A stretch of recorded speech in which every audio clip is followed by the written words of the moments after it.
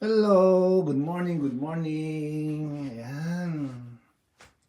Nagluto po ako ng pinangat na galunggong. Ang sarap niya, no? Pinangat. Di ba? Mas masarap yan pagka medyo tuyo-tuyo na yung sabaw.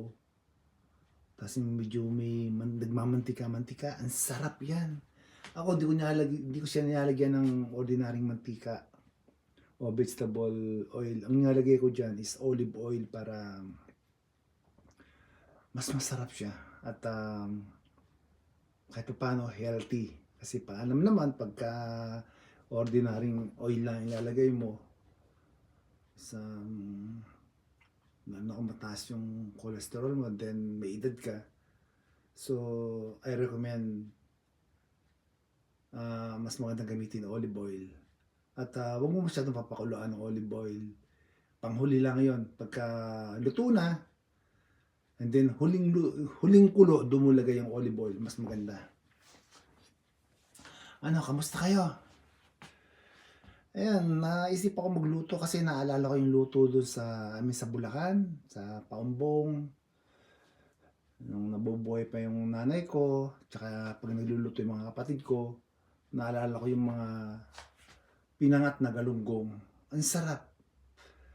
Alam mo yung galunggong sa atin, maliliit, di ba? May maliliit na ganun. Sarap yan, pangat o pritong galunggong. As in talaga naman pati buto, pati ulo makakain mo, lalo pagka crispy yung pagkakaluto. Talagang wala kang maitatapon kung tibito ka lang. Ay, kamusta po kayo? Ilang sandali na lang at maluluto na yung aking pinangat na galunggong. Ayan, napakasarap niyan sa almusal, sa tanghalian, sa hapunan. And then, yung matitira ko mamaya, lalagyan ko naman siya ng gata para sa kinabukasan naman, ginataang galunggong. Ayan. Ay, nalagyan ko siya ng green onion. Ayan, di ba, para pampalasa din, pandagdag sarap. Grabe, ang sarap niya, no? Mga idol, no? Di ba? O, paano? At ako naman ay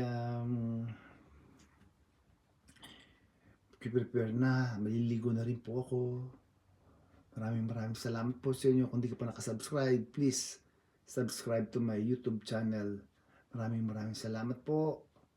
Ito po muli ang inyong Kuya Nico. Hopefully nagustuhan po ninyo ang aking lutong pinangat na galunggong.